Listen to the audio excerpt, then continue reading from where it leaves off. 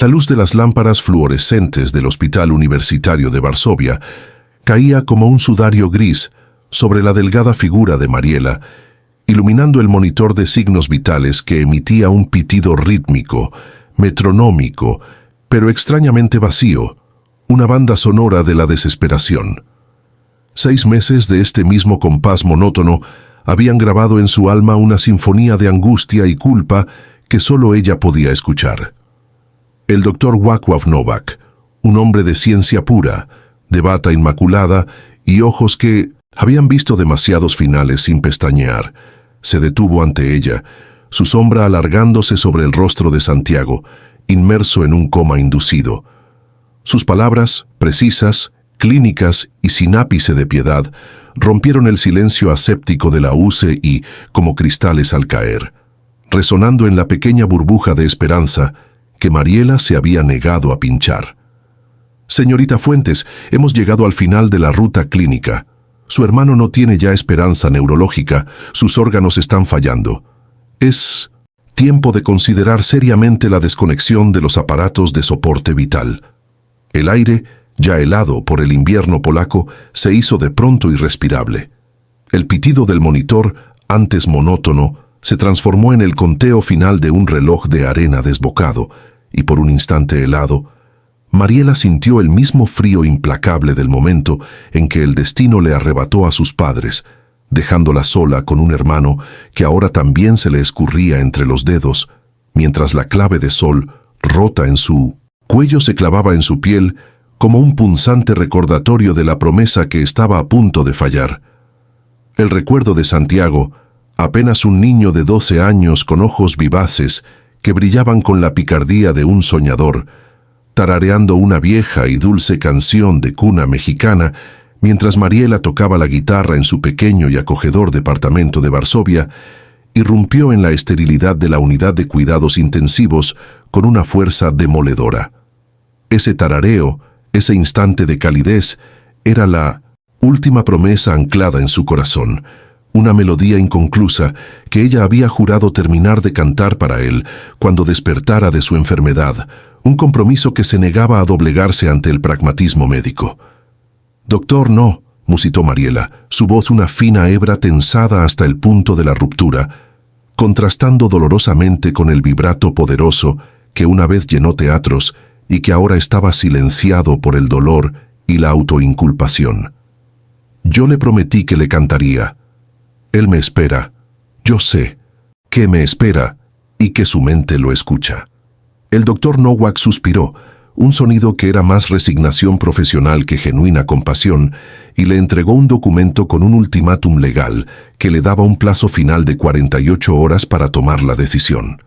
Al girar, sus palabras resonaron con una ironía cruel y cortante, destinadas a matar cualquier atisbo de fe. «La esperanza es un lujo que la medicina no puede permitirse, Mariela. La música no curará esto». Este es el momento de la verdad. Para Mariela, un abismo se abre a sus pies, pero en el fondo de ese vacío, la promesa musical brilla como una estrella lejana, invitándola a arriesgarlo todo. ¿Podrá la voz de Mariela, silenciada por años de culpa, quebrar el frío muro de la ciencia y despertar lo imposible? Te invitamos a sumergirte en este viaje de fe y música. Comenta desde dónde nos acompañas en esta historia y si crees en el poder de una promesa. Mariela Fuentes era, o al menos había sido, una promesa truncada en el mundo de la ópera lírica, un talento que se autoexilió en el silencio. A sus 22 años, su voz poseía una resonancia que, según sus maestros del Conservatorio de la Ciudad de México, tenía la capacidad de derretir el hielo y sacudir las almas de sus oyentes. Sin embargo, el destino la interceptó brutalmente en una noche lluviosa hace 5 años. El trágico accidente automovilístico que le arrebató a sus padres no solo la dejó a cargo de un pequeño Santiago de 7 años, sino que también silenció su don, instalando en su pecho una culpa fría, densa e inamovible, convencida de que su egoísmo, al perseguir una audición en Europa, y la posterior mudanza, había sido la causa indirecta de la tragedia. Ella percibía el brillo de su voz como un recordatorio constante de la alegría que ya no existía y del dolor que había provocado. Se mudó con Santiago a Varsovia, a un pequeño y melancólico departamento gris, siguiendo la pista de unos parientes lejanos, y se dedicó a trabajos de limpieza extenuantes, relegando su talento artístico a un pasado doloroso y prohibido. El collar con la clave de sol quebrada que llevaba al cuello era el símbolo tangible de esa promesa autocancelada y un ancla de su penitencia. Su vida se había convertido en un riguroso ritual de expiación, una penitencia diaria que la mantenía anclada obsesivamente a la cama de su hermano en el hospital. Su historial reciente era un lienzo, pintado con la autonegación más profunda. Cada nota que rehusaba cantar era un acto de castigo autoimpuesto y de renuncia a su identidad. La Mariela artista se había desvanecido, sustituida por una sombra, una cuidadora silenciosa que había cambiado la pasión por la vigilancia constante, y la expresión artística por la lectura en voz baja de cuentos de aventuras que Santiago ya no podía escuchar ni entender. La enfermedad autoinmune de su hermano, rara y agresiva, no hizo más que solidificar su narrativa interna de castigo divino e inmerecido. Era su culpa, de alguna manera incomprensible, por haberse atrevido a soñar con el escenario y por haber dejado su tierra. Este trauma central, la pérdida de sus padres y la consiguiente renuncia forzada a su voz, se manifestaba en cada gesto agotado, en la forma en que evitaba los espejos y, sobre todo, en el silencio opresivo que habitaba su garganta. Los acontecimientos previos a la escena inicial habían sido una lenta y dolorosa deriva hacia el inevitable desenlace clínico. 3 meses atrás, el brote agresivo de la enfermedad había forzado el coma inducido para proteger sus órganos. El doctor Nowak, con su fría exactitud estadística, había mantenido a raya cualquier atisbo de esperanza que no estuviera respaldada por datos de laboratorio o resonancias. Mariela se había convertido en una figura constante, un espectro en el hospital, alimentada solo por café barato y la obstinada convicción irracional de que el amor, ese sentimiento inmensurable, tenía una frecuencia más alta que cualquier monitor. Su comportamiento se había vuelto casi obsesivo. Medía la temperatura, ajustaba las mantas meticulosamente y le hablaba a Santiago sin cesar sobre su país, sobre el sol de México, a pesar de que las enfermeras le aseguraban con pesar que él no podía escucharla ni procesar las palabras. Era un monólogo desesperado contra el silencio de la máquina. Justo cuando el muro de la desesperación amenazaba con derrumbarla, apareció Elena. Era una enfermera de mediana edad, de raíces polacas profundas, con manos que irradiaban una calidez casi maternal y un acento que suavizaba sus palabras. Una mujer que había visto demasiada tecnología fallar y había atestiguado más de un inexplicable poder de la fe o la voluntad. Elena se convirtió en el catalizador de Mariela, no por su conocimiento científico, sino por su humanidad incondicional. Un día, mientras cambiaba los vendajes de Santiago, deslizó discretamente una pequeña estampa de la Virgen de Guadalupe bajo la almohada de él, un gesto de fe que Mariela, aunque no era devota practicante, sintió como una extraña y poderosa bendición, una conexión espiritual con su tierra. Elena notó la clave de sol rota que Mariela nunca se quitaba, y con una voz suave que evitaba el tono de regaño o de lástima, preguntó sobre la promesa. Mariela, al fin, habló, su voz rasposa y casi inaudible por el desuso, revelando el miedo ancestral a cantar, la certeza irracional de que si usaba su don, algo terrible e irreparable sucedería, como si su voz tuviera un precio demasiado alto que ya había pagado con sus padres. La enfermera la miró con una calma inusual y penetrante, no con lástima, sino con un desafío moral. El miedo, Mariela, es una prisión de cristal que usted misma construyó. Su voz no le quitó nada. El silencio sí se lo está quitando todo. Y a Santiago, su silencio, también lo está abandonando a la ciencia fría. Esa misma noche, Elena le trajo un artículo impreso, amarillento y técnico, sobre un estudio oscuro de neurociencia publicado en un rincón académico. Hablaba detalladamente de la relación entre ciertas frecuencias de onda sonora, específicamente las de la voz humana cantada y vibraciones armónicas, y la activación de áreas cerebrales en pacientes en estado comatoso. La teoría sugería que la vibración armónica adecuada podría, literalmente, despertar las neuronas dormidas, incluso aquellas que parecían neurológicamente perdidas. Era una idea audaz y casi esotérica, pero tenía un pie en la ciencia. El texto científico, que para cualquier otro lector hubiera sido jerga incomprensible, se convirtió para Mariela en un mapa para la última batalla. La ciencia, esa misma estructura lógica y fría que la condenaba a perder a su hermano, le ofrecía una fisura por donde colarse. Elena no le prometió un milagro, simplemente le dio una justificación racional para hacer lo que su corazón le gritaba con desesperación: usar su don silenciado. La enfermera sugirió con convicción: la ciencia solo documenta lo que ve, Mariela, pero usted tiene algo que la ciencia nunca podrá medir: una conexión de sangre, una promesa de amor. Busque la frecuencia que solo Santiago conoce, la de la canción de cuna, la de su tierra. Mariela pasó la noche en vela, el artículo arrugado en su mano, su mirada fija en el ritmo, monótono y constante del monitor que indicaba la vida artificial.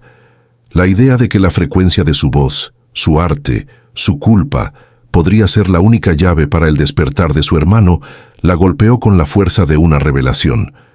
Empezó a tararear, apenas un murmullo tembloroso, la melodía mexicana que su madre les cantaba. Era una nota vacilante que apenas rompía el silencio. La culpa la atenazó de inmediato. El sonido que produjo era horrible, débil, como si su alma y su voz estuvieran oxidadas y sin práctica.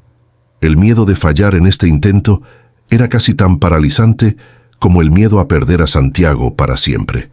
La primera y única vez que intentó cantar en voz alta en los pasillos vacíos y reverberantes de la capilla del hospital, su voz se rompió por completo, como un cristal fino al caer, un sonido de fracaso que la humilló.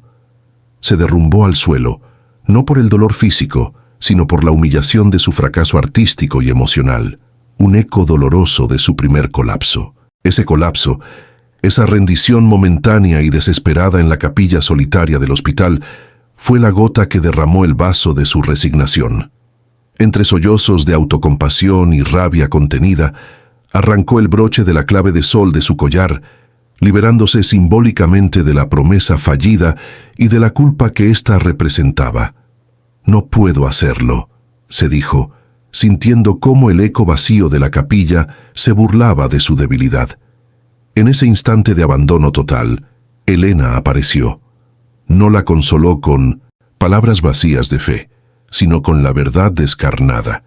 No se trata de cantar para el público, Mariela. Se trata de gritar tu amor hasta que rompa el silencio clínico. No le cantes a Dios para pedir un favor. Cántale a Santiago para despertarlo.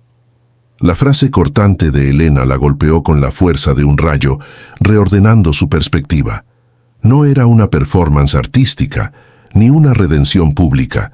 Era una súplica existencial. Mariela entendió que si iba a perder a su hermano, sería luchando con la única arma verdadera que poseía, aquella que había mantenido silenciada por miedo y remordimiento. La clave de sol rota ya no era un recordatorio de su fracaso, sino una invitación urgente a empezar de nuevo, desde cero, con una voz desnuda de pretensiones, solo cargada del amor más profundo y puro. El tiempo se había contraído, y las 48 horas se desvanecieron en el aire gélido de la UCI como si nunca hubieran existido, transformándose en el tic-tac ensordecedor de un reloj invisible. Mariela, con una determinación que rayaba en la locura del desespero, se había atrincherado en la habitación de Santiago.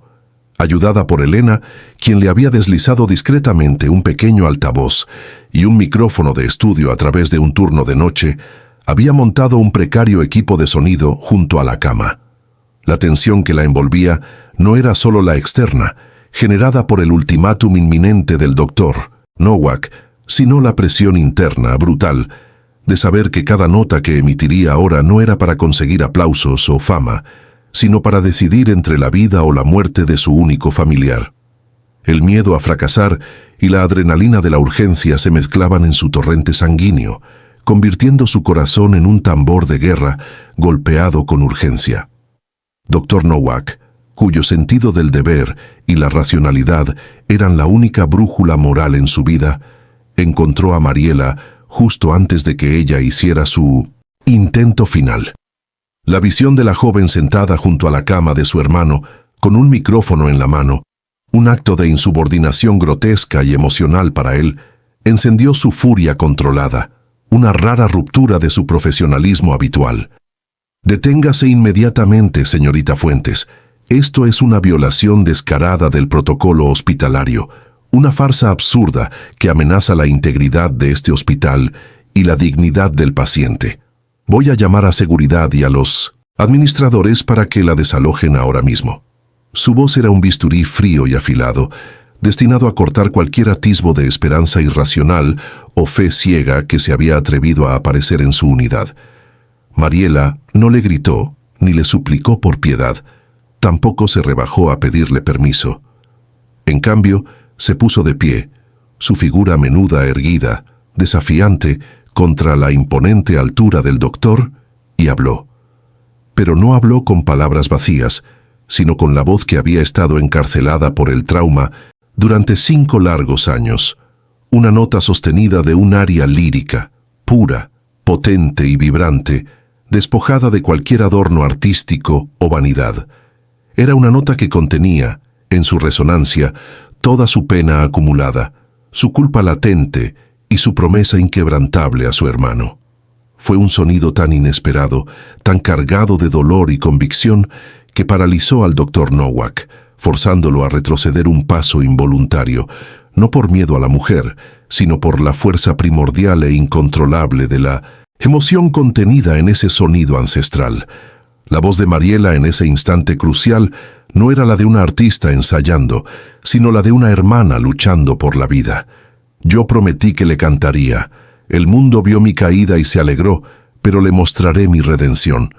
Resonó en el silencio que siguió a su nota. Su mirada no suplicaba perdón o comprensión.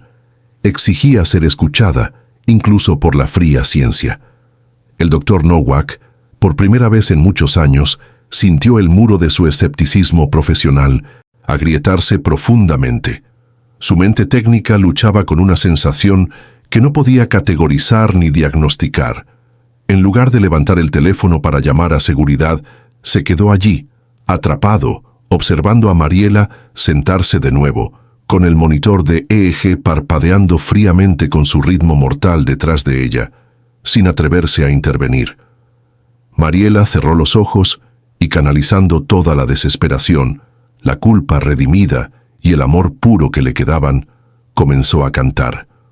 No eligió una pieza, técnica o de alta ópera, eligió La Llorona, una canción folclórica mexicana, pero en su versión más antigua y de cuna, la misma que su madre solía cantarle a Santiago, una melodía profunda, ancestral, que era un lamento, una oración y un conjuro a la vez. Al principio su voz temblaba y vacilaba visiblemente, como un fósforo recién encendido, a punto de apagarse ante la más mínima brisa. A medida que Mariela se adentraba en la letra de la canción, su alma se desnudaba completamente ante la máquina y el doctor. Cada sílaba que emitía era un acto de valentía suprema, un exorcismo de la culpa que la había silenciado durante tantos años y la había condenado al ostracismo artístico. El coro resonó en el cuarto, una vibración pura que parecía llenar no solo el espacio físico de la habitación estéril, sino también el aire frío del hospital y el corazón de Elena, que estaba en la puerta conteniendo el aliento, con los ojos cerrados, en una súplica silenciosa. El Dr. Nowak, pegado al monitor de signos vitales, mantenía la expresión imperturbable, pero su mano se crispaba visiblemente sobre el borde metálico de la mesa. En el clímax de la canción, en la nota más alta y pura de la melodía, que alcanzó la frecuencia de resonancia que el artículo científico había sugerido, la habitación se llenó de un sonido tan sublime y penetrante que era casi doloroso de escuchar. En ese instante exacto, el EEG de Santiago, que hasta entonces había mostrado un patrón de ondas cerebrales, plano, monótono y descorazonador, exhibió una espiga inexplicable y violenta, un pico de actividad eléctrica que rompió el patrón con una intensidad que desafió toda lógica médica y estadística. El doctor exhaló un sonido ahogado, un susurro de asombro que traicionó toda su formación. Y entonces ocurrió el milagro. Justo cuando la nota final moría en el aire, la mano inerte de Santiago, que había permanecido flácida e inmóvil durante meses, se movió con un temblor casi imperceptible y presionó débilmente el dedo de Mariela, que se había posado instintivamente en su mano al cantar. El contacto era físico, real, innegable y tibio. Mariela abrió los ojos de golpe. Sus lágrimas se congelaron a medio camino en sus mejillas, detenidas por el asombro. La voz se le cortó en la garganta, incapaz de emitir un sonido más. El silencio que siguió a la canción fue más fuerte y significativo que cualquier nota jamás cantada. El doctor Nowak se acercó aún más al monitor, sus ojos fijos en el nuevo y persistente patrón de actividad cerebral, su rostro una máscara de confusión, asombro y derrota. Esto es imposible de explicar, murmuró, su voz apenas un susurro que traicionaba su autoridad habitual. Mariela, con la respiración entrecortada y el corazón latiendo desbocado, apretó la mano de su hermano con la suya. El milagro, ella lo supo en ese instante, no fue solo la reacción de Santiago al sonido, sino la liberación de Mariela misma. Su voz, al fin, había curado algo. La orden de desconexión fue revocada de inmediato. El doctor Nowak, aunque categóricamente incapaz de ofrecer una explicación científica o un diagnóstico racional para lo que había presenciado en el monitor de EEG, no podía ni se atrevió a ignorar la evidencia palpable de la reacción sostenida de Santiago. El monitor ya no mostraba la desoladora línea plana, y Santiago, aunque lentamente, había comenzado un proceso real de estabilización, un cambio que sus propios instrumentos medían. No era una curación instantánea, sino el inicio de un camino largo y arduo, pero era inequívocamente vida. Mariela, ahora con la voz completamente liberada de las ataduras de la culpa, siguió cantándole a su hermano todos los días con una nueva convicción, no ya como una súplica desesperada para salvarlo, sino como un puente de melodías para reconectarse con él. Ya no era la sombra atormentada por la culpa que evitaba su propio reflejo en el cristal de la Usei. Era una mujer que había redescubierto la razón más profunda de su don, una guerrera que había luchado contra el silencio y la desesperación, y había ganado. La transformación de Mariela era total y visible en su espíritu. Ella ya no vestía la ropa desgastada y grisácea que reflejaba su estado de agotamiento. Se había permitido vestirse con algo de color, una tenue luz que reflejaba el sol que ahora había regresado a su vida interior. Su rostro, antes marcado por el agotamiento crónico y la pena, mostraba ahora una luz serena y resiliente, la paz profunda que solo se encuentra después de una batalla ganada contra uno mismo. El trauma y el recuerdo de sus padres no habían desaparecido, pero se habían transformado. El pasado no podía ser cambiado, pero lo que ella hizo con él, al elegir el amor y el coraje por encima del miedo y la autocondenación, había reescrito por completo su futuro. La clave de sol rota seguía en su cuello, pero ya no como un recordatorio de un fracaso artístico, sino como un testimonio vivo de que las cosas más bellas y esenciales pueden resurgir, vibrantes y sanas, después de romperse. El doctor Nowak, en un momento de inesperada y profunda humildad que sorprendió a Elena, se acercó a Mariela, no para disculparse por su escepticismo, sino para reconocer la limitación fundamental de su propia disciplina. Hay frecuencias, Mariela, que nuestros instrumentos no están diseñados para medir, pero que evidentemente existen. Esto será un caso de estudio sin precedentes. Documentaremos exhaustivamente lo que vimos. El arte de la curación, como lo llamaste, merece un nuevo respeto en la medicina. Mariela sonrió con sinceridad, una sonrisa real que no había dado en años, y se inclinó sobre la cama para cantarle una nueva melodía a Santiago, una canción de esperanza renovada y resiliencia que ella misma había compuesto en las últimas horas, una promesa de futuro. Si Dios aún cree en ti, ¿por qué tú no creerías en la fuerza de tu voz y de tu amor? La escena final encuentra a Mariela, con la mano aún sobre la de Santiago, que ahora parpadea débilmente, un signo inequívoco de despertar, susurrándole la letra de su nueva canción. No eres lo que hiciste en la enfermedad, Santiago, eres lo que aún puedes hacer con la vida que regresa. La música, cargada de emociones profundas y sinceras, llena el cuarto, una vibración cálida que contrasta con la nieve que cae suavemente afuera en la noche de 1900 Varsovia.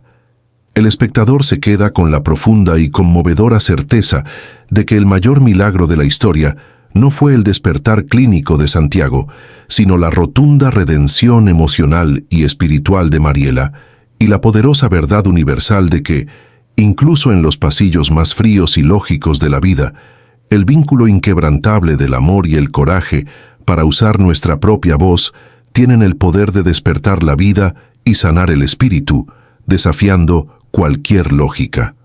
Aún hay tiempo para arreglar lo que destruiste con el silencio. Sé parte de este viaje. Suscríbete al canal para no perderte las próximas historias que te harán pensar y sentir.